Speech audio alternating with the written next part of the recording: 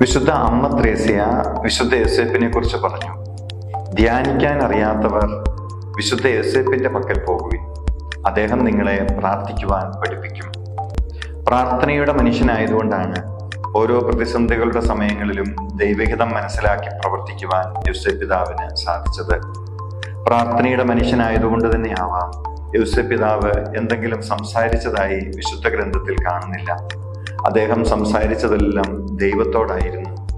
ദൈവത്തോട് സംസാരിക്കുന്നവന് ശരിയായ ഉത്തരം ലഭിക്കും, ആശ്വാസം ലഭിക്കും, സൗഖ്യം ലഭിക്കും, ശക്തി ലഭിക്കും. അപ്പോൾ പിന്നെ കാണുന്നവരോടെല്ലാം പറഞ്ഞുകൊണ്ട് നടക്കേണ്ടി വരില്ല. നമ്മുടെ അനുദിന സംസാരത്തിന്റെ വിഷയങ്ങളെ പരിശോധിച്ചു നോക്കൂ. സംശയവും നീരസവും പരാതികളും ഉത്കണ്ഠകളുമൊക്കെയല്ലേ ഏറെയും. പ്രാർത്ഥനയിൽ ഇവയെല്ലാം പരിഹരിക്കപ്പെട്ടു കഴിഞ്ഞാൽ പിന്നെന്ത് പറയാനാണ്? മാർ യോസേപ്പിനോട് പ്രാർത്ഥിക്കാം.